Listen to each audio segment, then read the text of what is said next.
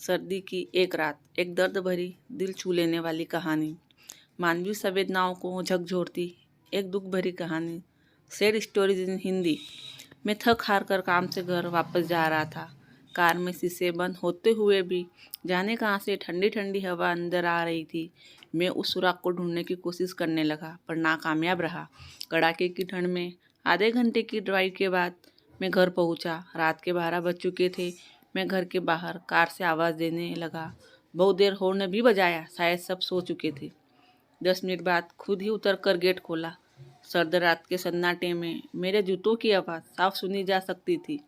Car अंदर कर जब दोबारा गेट बंद करने लगा, तभी मैंने देखा एक 8-10 साल का बच्चा अपने कुत्ते के साथ मेरे घर के सामने फुटपाथ पर सो रहा है।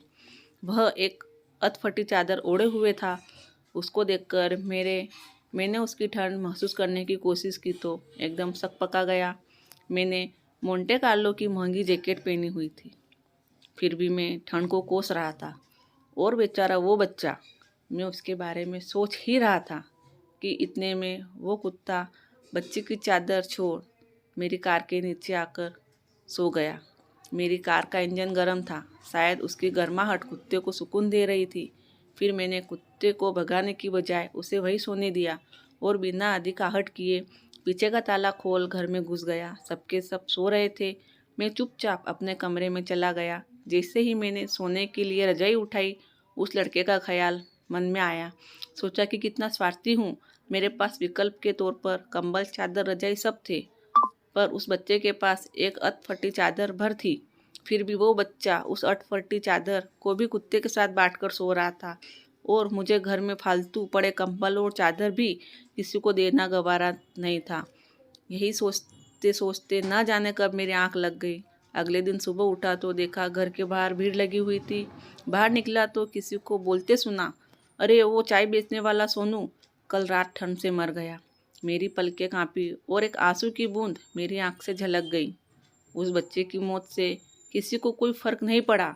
बस वो कुत्ता अपने नन्हे दोस्त के बगल में गुमसुम बैठा था, मानो उसे उठाने की कोशिश कर रहा हो। दोस्तों, ये कहानी सिर्फ एक कहानी नहीं है, ये आज के इंसान की सच्चाई है। मानव से अगर मानवता चली जाए तो वो मानव नहीं दानव बन जाता है। और शायद हम में से ज़्यादातर लोग दानव बन चुके हैं। हम अपने लिए पैदा होते हैं, अपने लिए जीते हैं और अपने लिए ही मर जाते हैं। ये कोई जीना हुआ? दोस्तों, आपको यह कहानी कैसी लगी? अच्छी लगी हो तो लाइक करें, सब्सक्राइब करें और शेयर करें। और हमारी कहानी में यदि कोई कमी हो तो आप कमेंट में ज़रूर बताएं।